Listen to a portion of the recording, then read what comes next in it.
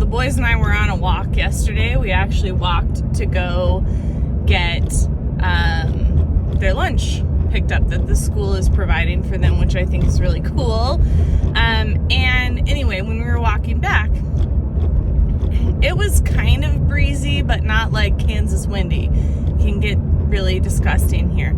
It was kind of breezy, and this bird was flying above this little local wetlands area and flapping and flapping and flapping and flapping his wings, and he just wasn't going anywhere. So he's literally hovering. He was trying to find somewhere to soar, right? He was either a turkey vulture or possibly an osprey.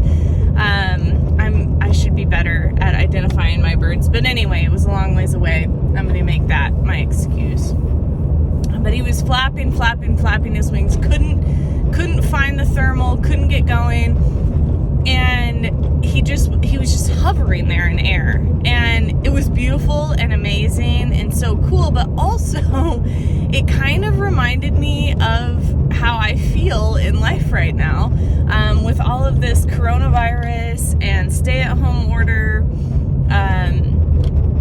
At work, we're close to the public, and so we're not bringing in any revenue right now, or barely any revenue right now, but we're all working our tails off. So here we are flapping against the wind, and we are not getting anywhere. We are not getting any closer to our goals, right?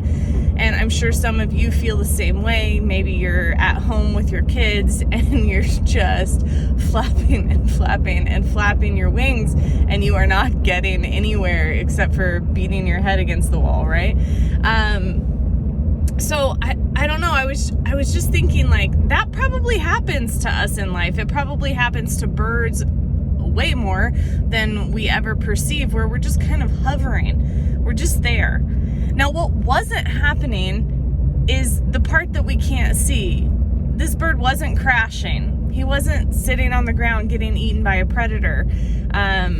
He didn't look like he was getting exhausted even, which I was kind of envious of.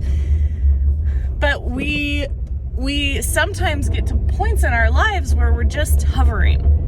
We're just working our tail off, and we're not getting anywhere. Sometimes we even go backwards, and that happened to the bird. He would flap, and then he'd fall a little, and then he'd go a little higher, and then he'd come back, and then he'd soar off, and eventually I'm sure he found a nice, beautiful thermal where he could just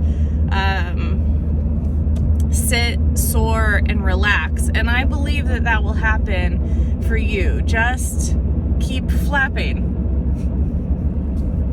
and you will find an amazing place where you can sit, soar,